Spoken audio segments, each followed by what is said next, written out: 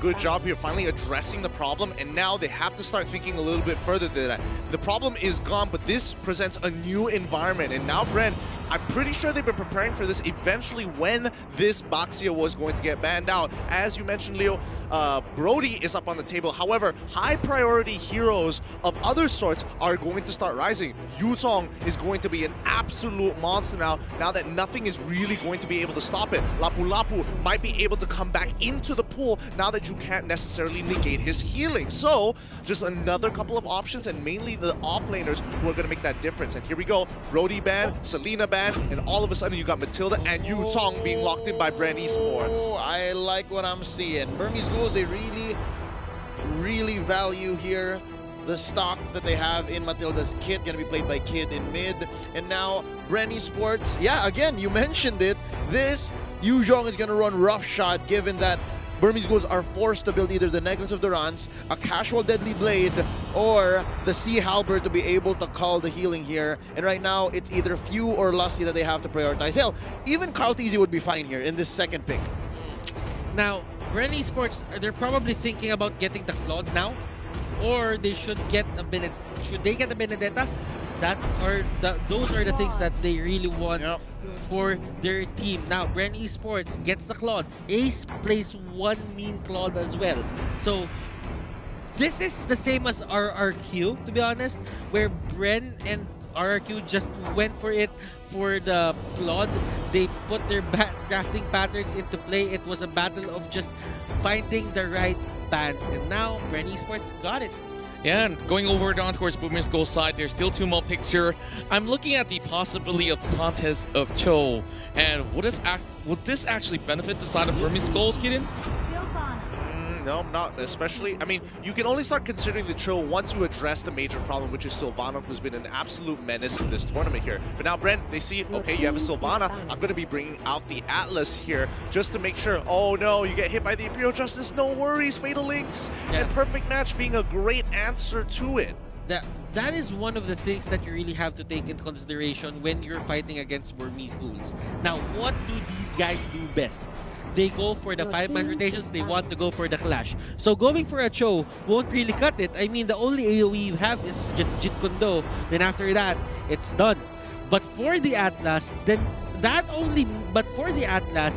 Burmese Ghouls will be thinking, should we fight? Does he have Fatal Links? Or is someone hiding in the bush? Is someone hiding in the bush? So there are a lot more things to consider for Burmese Ghouls if they want to win that certain fight.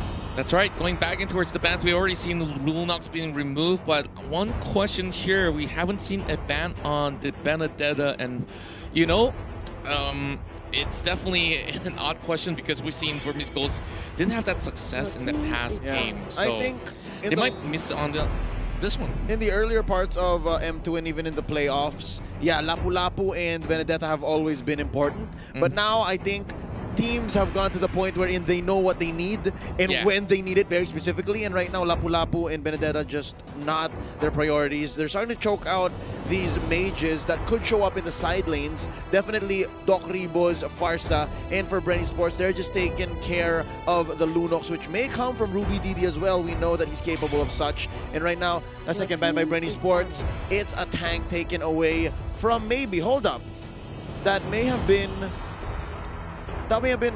quite, yeah, that seems like a waste. I don't personally. I think that is a little bit of a waste for the side of Bren, especially when they've shown the Matilda as well as the Sylvana. But remember, Sylvana can be flexed. So again, Bren is just securing, making sure, like, okay, if this Sylvana is going to be a support, she is going to be a mid lane support. We want to ensure that. Burmese Ghouls, on the other hand, they're considering we need to either get rid of Harith or Alice. Alice is decided to get taken off here because Bren need to make that choice as the offlanes still haven't been entirely complete. Yes, Claude could go there, but somebody has to show their cards first. And unfortunately, that's going to be Bren locking in the Benedetta. Yeah, I'm liking the beauty of this draft because there's so much diversity just looking at Phase 1 as well as Phase 2. Now, Bren Esports finally get their hands on Benedetta, and I've definitely called this one much earlier. They kind of need somebody to deal with all these fast-moving targets.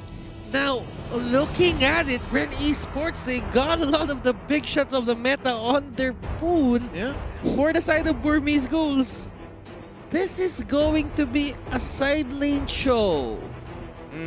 Side lane show. I mean, yes, it can be a side lane cho. It also could be a Sylvana cho. That's kind of the problem with Sylvana. She doesn't have an instantaneous role. But now, here we go, the Lapu.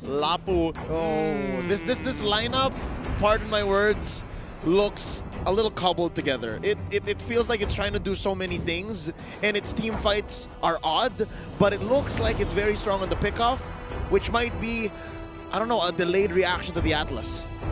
It's like you don't want to fight because you have a Cho that can go for the split push, but at the same time, you want to fight because you have a Sylvana and a Lapu on your And side. a Matilda. Yeah. The Matilda wants to start fights here, so Bren Esports, they also have quite an open book. They still need a hero for few. I think at this point, even if they lock the Harith in, it's pretty much a pretty solid team composition coming in from Bren Esports. I mean, Farsa has already been taken out, so that just leaves with, you know, a couple of few mages that they could go for. They could arguably go for the Loyi if they really wanted to. And the final pick is going to be, still hasn't shown up just yet, but that gives me a little bit more time to kind of talk. Oh, the overtime, yes. Kagura. The Kagura. Is it the Kagura? I mean, it showed up behind them. Oh, it did. It Matches, did. yeah. Oh, no, what? Oh, no, it's no, double. It's a Kagura. It's a Kagura. It's a Kagura. Definitely Yeah. a Kagura. Great that you spot that one out because I don't want to deal with two Claudes nobody wants to. And it's partly impossible. Yeah. So, a very team fight-oriented side for the South Bren Esports. Something that they are bringing it time and time again. But Burmese Ghouls, they have improved their run here, perhaps, with Lapu Lapu. So, talk us through this top before we get ourselves in towards the Landon. Here, now Burmese Ghouls want to play a game where it's macroly sound. They want to go for split pushes. They want to have a little bit of elements of pick potentials to get these small skirmishes done. Bren, on the other side, complete team fighting composition. They want to go for those big dives. They want to go for those full 5v5s in the jungle. It's something they can be aware of because Burmese Ghouls, if they're still feeling nervous and they make the wrong decision, they could break. And here we go, another game in the Grand Finals. It's the M2 World Championship 2020 M2. And Burmese Ghouls still looking for that point, and Bren Esports looking to lock themselves in towards match point. Let's get it on, ladies and gentlemen. This is going to be Kid, so brave, trying to stop Carlteasy from this quick take. And Carlteasy, mind you, already at less than half health. This is the way you want to do it. Burmese Ghouls, they know that level 1 is stronger than Bren. They want a team fight, but not at level 1. What can they do? Kagura can try to zone them out, but level 1, she's pretty useless. Flapteasy on the other side, isn't going to be able to participate. Lusty can't push out, and the same goes for Few, who didn't react and start with a mid opening. Butters, are you seeing what I'm seeing? I'm seeing Quite what the you're shuffle on seeing. Bren. Quite the shuffle. That is going to be Few on that support Benedetta. Well, mid lane Benedetta, rather. And that is going to be very interesting since we do see Few on these kinds of heroes, but ever since she went to the mid lane, this has changed a lot. And as you can see here, he is punishing Kid and he's giving a hard time for Maybe. It just feels like Maybe is forced to use his kills on that Benedetta alone. At this point in time, I think it's a pretty good opening coming in for the Burmese Ghouls. A great adaptation to say, hey, even though you do have a Benedetta in towards that mid lane, we're still going to put some damage into your jungler. Because remember, Carlteasy, he is going to need a little bit of help on his first clear, and then after that, he's generally okay. Yeah. The last time we saw a Kagura on the side lane, that was used by 10S Gaming Frost. It's as if Bren Esports, they're getting a lot of their ideas from the enemies that they faced along the way. Yep, just like the Sharingan from Naruto. Did I say that right? Did I say that right? 2 minutes in, here's the first turtle. Two teams jockeying for position. Few picking the fight. That's going to be the Spiral Strangling by Maybe, although he does take quite a chunk of damage. Ace resetting the turtle here. From behind, in comes Flapteasy. Where do Carlteasy be taking that gold buff down bottom lane? I think there's enough time for him to rotate. Oh, hold up, Flapteasy getting caught out here. Oh, that's gonna be D committing already. He sidestepped the fight, and that's gonna be Carlteasy with the battle mirror image out. Ruby DD wants to disengage. That's already a few ults spent. That's some very big ults and the more key ultimates. Unfortunately for Carlteasy here, fortunately for Carlteasy, he survives all that damage, and still Burmese Ghouls now just waiting for their ultimates to come back up off cooldown, and then Bren just needs to kind of maneuver the fight a little bit more. Yeah, and as you can see, Burmese Ghouls, they're not getting the play that they're good at. that. They're not getting the first turtle. Bren Esports just controlling this area of the map so clean. Yeah, same goes to the side of Burmese Ghouls. Now, get in. Right now, over Bob's side, it's Ruby DD. He's kind of suffering a lot of hits. Yeah, he's taking a little bit too much damage overall, and I think at this point in time, Bren, they want to make sure that they are playing the stalemate game. Ace, he doesn't get hit by that perfect match, which is going to allow D to get into the backside. The Bravest Warrior comes in, but unfortunately, it's going to be the rest of the team coming through. It's going to be Flapteezy with the Black Dragon form. They trade 1-for-1, but it's still not looking good as the pick potential coming out from the side of Burmese Ghouls is still a little better, and the rest of Bren Esports weren't able to keep up. I like the execution there coming up from Burmese Ghouls. They did not back down on the idea and they get rewarded. Flap here getting harassed a bit by Kid, and as you can see, Burmese Ghouls, they just want to take down a turret. Oh, here we go. I think the Burmese Ghouls have committed so far and there's no turning back. That's Rebo getting bursted down here by the Lone Wolf. That's D. That's going to be the Electo final blow, not hitting much, maybe a pulse or two. And right now, that's going to be disengage off camera. Maybe duels down Carl Teasy and wins. That is some great micro mechanics there. Kid abusing the fact that you can get pulled and even a pick. D surviving a 1v4, hops over the wall, making sure that he's using the structure to gain that extra bit of distance. It pushes him on the other side, creating a large gap that Bren cannot close in on.